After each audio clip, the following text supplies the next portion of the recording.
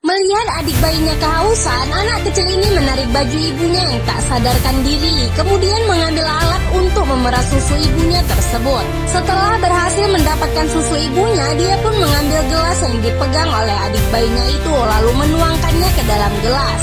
Setelah itu dia pun berlalu pergi, meninggalkan ibu dan adiknya di tengah hutan. Sementara anak kecil ini menghampiri seorang polwan yang tengah berjalan, meminta untuk meminum susu yang dibawanya itu. Tanpa ada rasa curiga, polisi ini menerima susu itu lalu meminumnya sampai habis. Sembari berkata, susunya sangat enak. Tapi tiba-tiba tubuhnya berguncang hebat yang seketika dia berubah menjadi ibu dari anak kecil ini, yang kemudian datang seorang pria mengaku sebagai suami yang memaksanya pulang ke rumah. Tapi wanita ini tidak mau, dia menolak dibawa pulang, membuat pria marah dan emosi lalu akan menyeretnya. Tapi bukannya takut, wanita ini melawan hingga terjadi baku hantam di antara mereka. Lalu dengan lincahnya wanita ini salto mensleding pria itu hingga tak berkutik.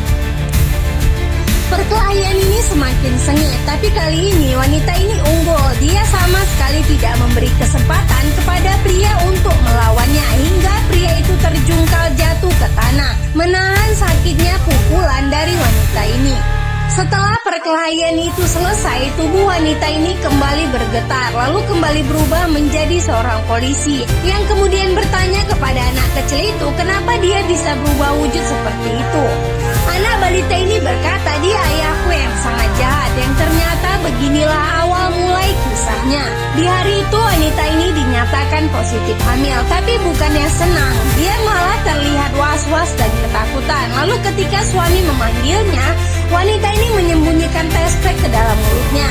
Saat suami tiba, dia marah kenapa istrinya tidak menyaut panggilannya. Wanita ini diam saja, membuat pria ini semakin kesal, lalu mencongkel mulutnya hingga tespek itu berhasil ditemukan. Mengetahui istrinya positif hamil, pria ini marah akan memukulnya. Untung saja anaknya melarang, berkata, jangan sakiti ibuku.